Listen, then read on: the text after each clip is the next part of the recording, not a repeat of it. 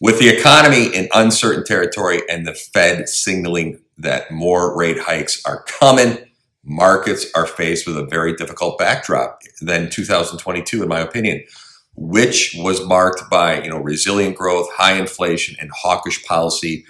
Financial assets like the stocks, bonds, and crypto struggled as inflation soared, and the Federal Reserve continuously raised interest rates in an attempt to bring down those spiraling consumer prices. A year prior, year and a half, they should have been trying to do things about it instead of calling it transitory. Complete lie. So, the S&P 500 index is down around 19% since the beginning of the year, while the Dow Jones Industrial Average has lost around 9.9%, 9.1%. The worst losses of the major benchmarks were concentrated in tech-heavy NASDAQ Composite, which is down more than 31% since beginning of January. Wouldn't it have been nice if you would have bought a multifamily building in 2022? For some of my clients, it didn't do that.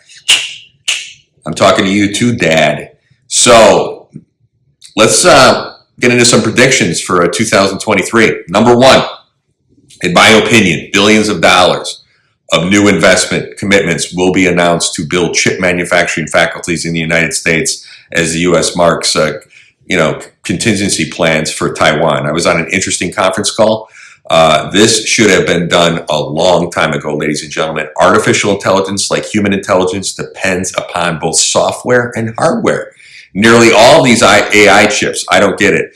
Nearly all of them are designed in the United States, and nearly all of them are manufactured in Taiwan. So, tensions between China and Taiwan have escalated dangerously over the past year. Many observers now believe it is likely it's going to happen, even inevitable, that China will invade and reabsorb Taiwan sometime in the next few years.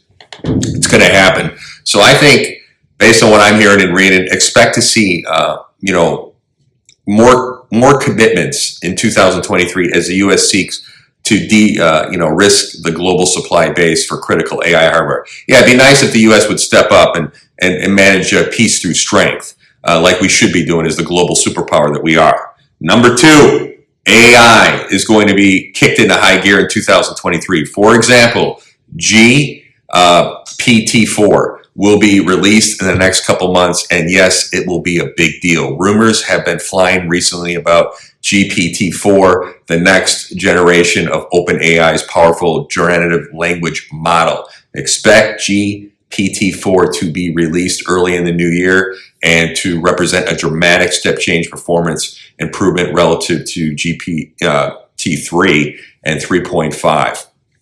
I recommend reading the book Rebooting AI and get ahead of the curve. Number three, robot technology, merging men with machines so the select few can become gods. That's what the elites want.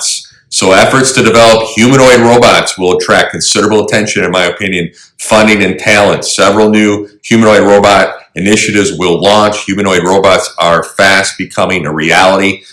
Tesla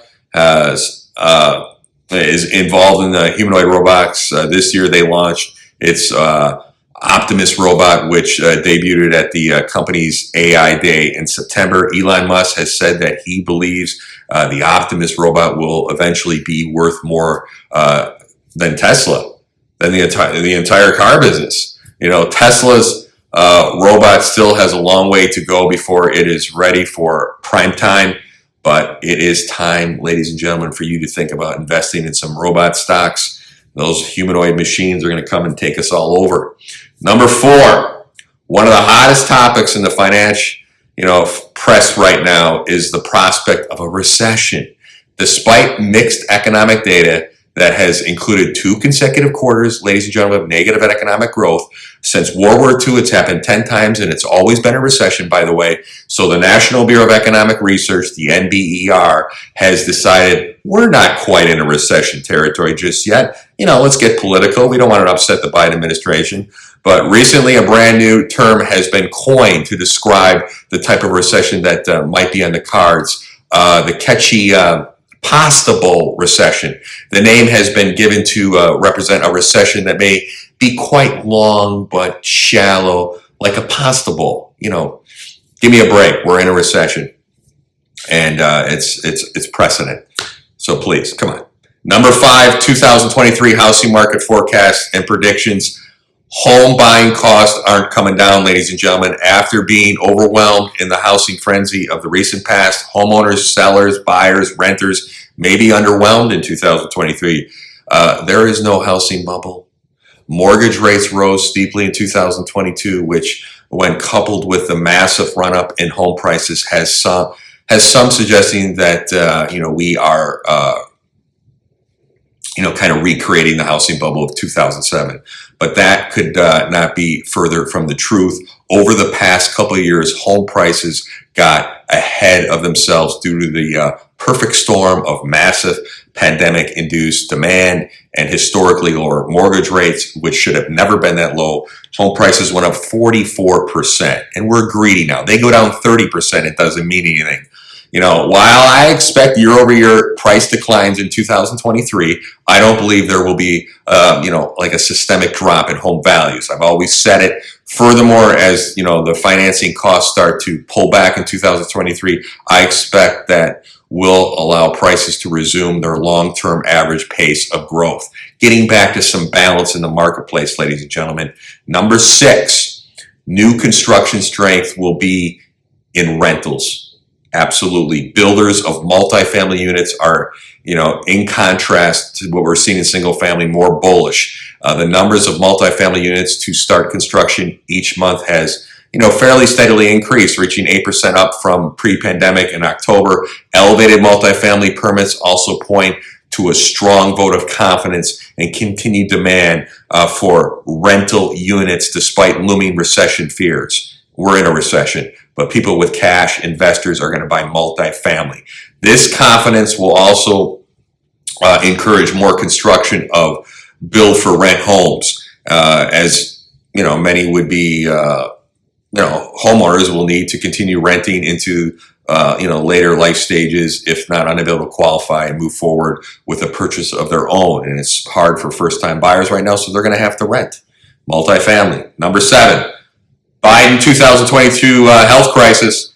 I do not wish ill will on anybody, but some respondents think that President Biden will die in office or suffer a serious illness forcing him to resign. No ill will here, but there is a lot of concern that the 80-year-old president is too old for one of the world's most demanding jobs. If you're doing it right, you're working 15, 18 hours a day. So predictions out there and everything I'm reading, in my own personal opinion, Biden's going to have a health crisis in 2023. He's not going to make it all the way through 2023, in my opinion. But I wish him the best. Number 8, the electric vehicle revolution slows down, ladies and gentlemen. Electric cars will not be the future, as everyone thinks, in my opinion. We are not even close to infrastructure needed, and battery issues as well with those lithium batteries. What are you going to do with all those batteries that go bad after 3 or 4 years? You know how bad it will be for the environment, lithium batteries. They can't put them in landfills. They're not supposed to. Toyota, the world's largest automaker, isn't all in on electric vehicles. Some senior executives came out and spoke. The company doesn't believe battery electric vehicles are the only solution to producing more sustainable vehicles and achieving carbon neutrality. Toyota executives, from the research I did, while increasing investments in all electric vehicles, argue that the company's strategy is justified. Not all areas of the world will adopt EV, as they stated, at the same pace due to the high cost of vehicles, as well as the lack of infrastructure. It's just like wind and solar. It's 50 years out. It's a supplemental, like EV. It's a supplemental. So those batteries are very dangerous. They get on fire, so you can't put them in landfills. And look what happened with the Bolt, Chevy's Bolt. Number 9, Biden's student debt relief plan dies. This actually seems more likely than not, since the Supreme Court will decide if Biden can forgive billions in student debt by executive order sometime during the first half of 2023. Many analysts think that the court's conservative majority has the legal basis and the political pull to nullify Biden's order, dashing the hopes of some 40 million borrowers. You're not going to get that. That's going to be wiped out. Number 10, illegal immigration hits new record highs in light of the pending end of Title 42, we can say that with a high degree of confidence, in my opinion, that illegal immigration is going to get much worse in 2023. 2+ million people came in 2022, many of them not vetted. It got much worse in 22 after getting, kind of getting really bad in 2021. We haven't seen the worst from the Biden administration on immigration because a few Trump-era policies have lingered due to federal court battles and have delayed the impact. It's nice in the Ukrainian, the ominous spending bill, we gave money to 4+ countries for their border, but no money for the southern border. Number 11, the Supreme Court is going to strike down, I think it's Gutter versus Bollinger. So the Supreme Court will end affirmative action as we all know it in 2023, but it will be a bittersweet victory as universities will come up with some other way to promote diversity at all costs. So that's an interesting case to keep an eye on. There's some interesting articles on that. I found that fascinating. Number 12, the war in Ukraine. Honestly, I have no clue how this will play out. A lot of stuff I look at, talking to people on the ground, Russia's winning.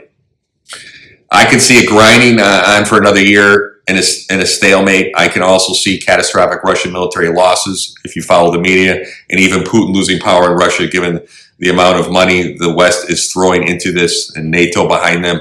The House, Republicans could sour on funding Ukraine after September, but then again, maybe Ukraine ends up as the winner with all the backing by the U.S. Maybe a stray missile hits Poland and another journalist causes World War III. Less than 30% of that $100 billion goes to actual weapons, ladies and gentlemen. It's going in the coffers of people. Number 13, gold's going to skyrocket to 3,000 an ounce. The precious metal could be slated for a banner year even after the classic inflation hedge failed to find its footing in 2022. Something to keep an eye on. I'm going to buy a little bit. So, once markets realize inflation won't be tapering off anytime soon, gold probably will surge to 3,000 an ounce. Currently, it's around a little over 1,800. So, I think that's something to keep an eye on. Those are some of my predictions for 2023. Like I said, this Ukraine war, we gave $100 billion to Ukraine. We have, people aren't saying we're in a recession, but ladies and gentlemen, 50% of Americans have $500 in their account. I will debate anyone on trend lines and what is a recession. Since World War II, 10+ times, we've had 2 consecutive quarters of negative GDP. It's always been a recession. We've had that now. So let's not get political and let's state the facts, okay? 10 more million people went into poverty due to COVID. Some came out. You're seeing more homeless on the streets, more people sleeping in their cars right now. Inflation is a 41-year high. Credit card debt, more than 227 million credit cards have been opened up in the last year. We all know the unemployment rate at 3.5% is a fraud. Millions of tech jobs have been lost, and millions are going to be going into 2023 are going to be lost. Those are 6-figure jobs. Hospitality sector jobs have been created, but those are part-time jobs and minimum wage jobs at $15 to $20 an hour. So a lot of jobs have been lost. There are a lot of quiet quitters out there. There are a lot of jobs available and some good jobs available. But from talking to my recruiter friends who work in the industry, you're seeing, per job, 100 to 300 applicants. So people are out there looking for work, but a lot of people in high positions have lost their jobs. So we don't have a healthy economy in America. And we're giving $100 billion to Ukraine. And like I said, I will debate anyone on this. I know the economics of this. I have friends in the military. I used to go to the Pentagon as a kid. One of my friends' dads was a colonel. So I am telling you, less than 30% of the money that we give to Ukraine goes to actual Ukrainian for weapons to fight Russia. The rest goes into lobbyists, special interest pockets. So, I'm hearing Russia's winning. I don't know what to tell you. Then I look over here and Russia's losing. Russia hasn't even unleashed the full force, but Ukraine has been decimated. So we'll have to see what happens. But a lot of people in America, is my only point, are struggling. And I have sympathy for the people in Ukraine. They were struggling way before this war. It's the most corrupt country in Eastern Europe, even before this war. And these poor people. But we have people over here in our country that are suffering tremendously. And I do outreach work, and I'm on the phone with people, and it's disgusting. It's appalling. We have people suffering in this country right now more than ever. Inflation is killing people. So you tell me 50% of Americans have $500 in their account.